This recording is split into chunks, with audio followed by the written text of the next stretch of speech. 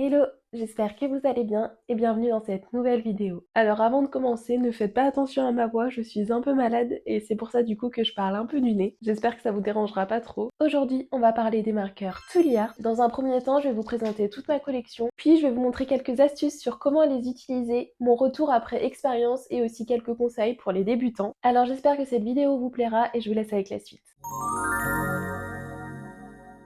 Alors pour commencer, je vais vous expliquer un peu ce que c'est les Tooly Art pour ceux qui ne connaissent pas. Donc les Tooly Art, c'est des marqueurs à base de peinture acrylique. C'est vrai que depuis peu, les marqueurs acryliques sont devenus énormément reprisés des coloristes car ils limitent énormément les traces comparé au feutre à eau où on a plus de chances d'avoir des traces. Et les Tooly Art se sont vraiment démarqués parce que c'est une gamme qui comporte vraiment beaucoup de couleurs. Je crois qu'il y en a à peu près 470 avec toutes les boîtes réunies. Donc pour les coloriages mystères, c'est vraiment top parce qu'il y a certaines illustrations qui demandent énormément de couleurs. Alors maintenant, je vais vous présenter un peu toute ma collection. Alors personnellement, je possède que les pointes fines de 0,7 mm. Il me semble que c'est la taille XF sur leur site. Alors cette pointe fine, c'est vraiment idéal pour les petits détails, mais c'est vrai que pour tout ce qui est aplat de couleurs, pour les fonds par exemple, c'est un peu fastidieux de colorier avec. Donc personnellement, pour tout ce qui est grande zone, je ne les utilise pas ou alors très peu, parce que j'ai pas envie qu'ils s'usent trop vite. Toutes les boîtes sont vides. Donc là, toutes les boîtes sont vides parce que je les ai rangées, autrement ça prenait beaucoup trop de place dans ma bibliothèque. Vous pouvez d'ailleurs les voir juste derrière, ils sont rangés là-dedans. Donc ces rangements à tiroirs, je les ai trouvés sur Amazon. Et du coup, je les ai rangés par boîte et je les ai étiquetés. Donc maintenant, je vais vous présenter une à une toutes les boîtes de ma collection. Je les ai quasi toutes, il me manque uniquement la boîte de rose et la boîte de glitter, il me semble. Mais la boîte de glitter, je la veux pas forcément parce que j'utilise pas beaucoup des feux de pailletés. Et la boîte de rose, j'attends que la boîte de marron et de violet sorte pour pouvoir me les acheter toutes les trois en même temps. Alors, il faut savoir que chez Tooly Art, il existe plusieurs gammes de feutres. En tout premier, on a les essentiels. Donc moi, j'ai deux boîtes. J'ai une boîte de brush et une boîte de 0,7 mm. Donc là, dans ces deux boîtes, vous allez retrouver les mêmes couleurs. La seule chose qui va changer, c'est la mine. Alors faites bien attention parce que dans les deux boîtes, il y a deux marqueurs blancs et deux marqueurs noirs. Et dans celle-là, vous allez retrouver 6 couleurs en plus que vous n'avez pas dans la boîte de 30 0,7 mm. Donc bon, comme son nom l'indique, il n'y a que des essentiels dedans. C'est vraiment une boîte que je conseille pour commencer, pour tester un peu les Tooly Art et voir si on aime colorier avec ou pas. Ensuite, l'autre gamme, c'est la gamme des pros. Et la particularité des pros, c'est que dans une même boîte, vous allez trouver les mêmes teintes d'une même couleur. Donc là, par exemple, c'est la boîte de vert. Donc vous allez retrouver que des teintes plus ou moins vertes. On a également la boîte de jaune, la boîte de bleu avec quelques violets, la boîte de skin avec des teintes plutôt beige et marron, parfait pour tout ce qui est peau, la boîte de rouge avec quelques roses, la boîte de grise, et pour finir la boîte que je préfère c'est la boîte Hearthstone. Et là vous allez retrouver un peu de tout, donc un peu de beige, un peu de bleu, un peu de vert. Elle est vraiment super, il y a vraiment de très belles couleurs dedans. Ensuite il y a la gamme spéciale avec 4 boîtes.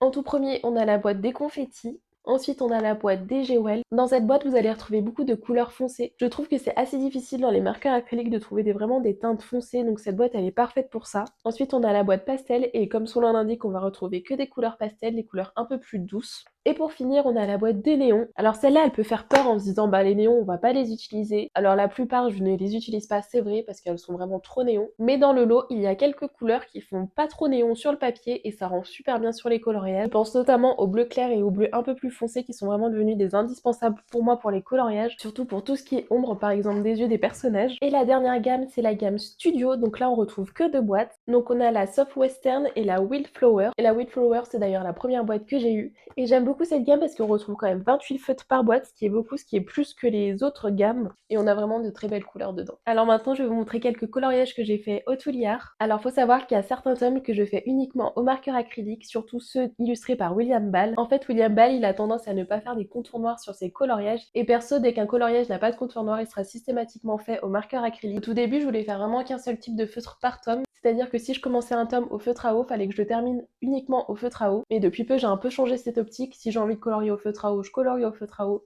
Si j'ai envie d'utiliser mes marqueurs acryliques, je colorie au marqueur acrylique. Bon, après, il y a quand même certains tomes où je resterai au feutre à eau, notamment le tome 10, où je compte uniquement le faire au feutre à eau. Je pense que l'un de mes plus beaux coloriages au Tooly Art, ça reste cette double page de Ariel. J'avoue que quand j'ai commencé, j'en voyais pas la fin, j'en avais trop marre, c'était tellement long à faire les doubles pages, surtout au marqueur acrylique.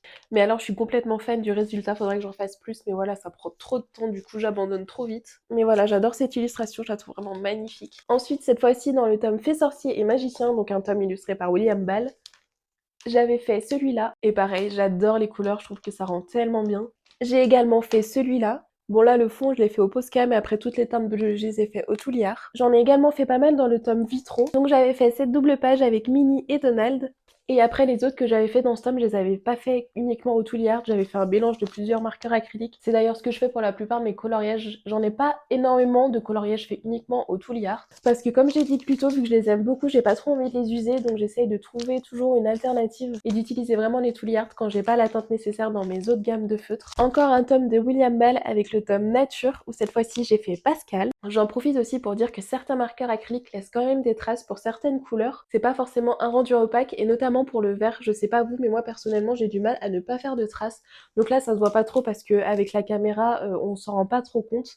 Mais en vrai il reste quand même un peu de traces, même avec plusieurs couches. Mais bon personnellement ça me dérange pas trop. Et le dernier que j'ai fait au Tool Art, c'est celui-là dans le tome Mickey and Friends, dont j'ai juste fait les chaussures de Mickey, le marron là, au feutre à eau parce que j'avais pas la teinte dans mes Tool Art. En fait, ce coloriage-là, je l'avais fait quand j'avais pas encore toute ma collection des Tool Art, ni toute ma collection de marqueurs acryliques. Donc j'avais que cette solution de le faire au feutre à eau, mais je trouve que ça ne se voit pas trop parce que le marron c'est assez foncé. Donc on se rend pas vraiment compte que c'est fait au feutre à eau. Donc maintenant, je vais vous expliquer comment utiliser les Tool Art ou tout marqueur acrylique avec une bille à l'intérieur.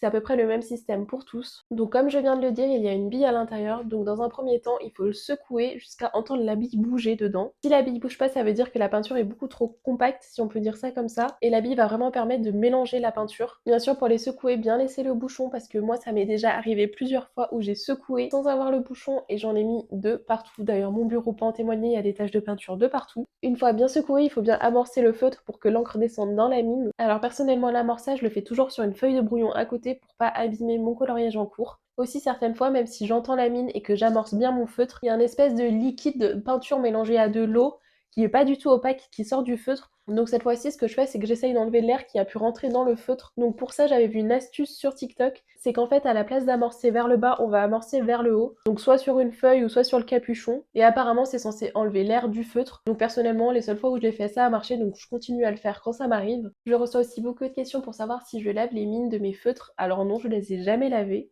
Je sais que certaines personnes le font et je pense que c'est une bonne astuce parce que ça évite qu'il y a de la peinture qui sèche au bout de la mine, mais perso je l'ai jamais fait. Et si je vois que la mine est beaucoup trop sèche et que la peinture est restée vraiment collée dessus, ben je la change tout simplement. En fait dans chaque pack il y a des mines de rechange et oui je commence à avoir quand même pas mal de packs et ben j'en ai pas mal de réserves. Maintenant je vais vous dire comment je colorie avec. Donc contrairement au feutre à eau où là j'ai vraiment une technique particulière, pour les marqueurs acryliques je colorie un peu n'importe comment. Je viens de m'en mettre de partout.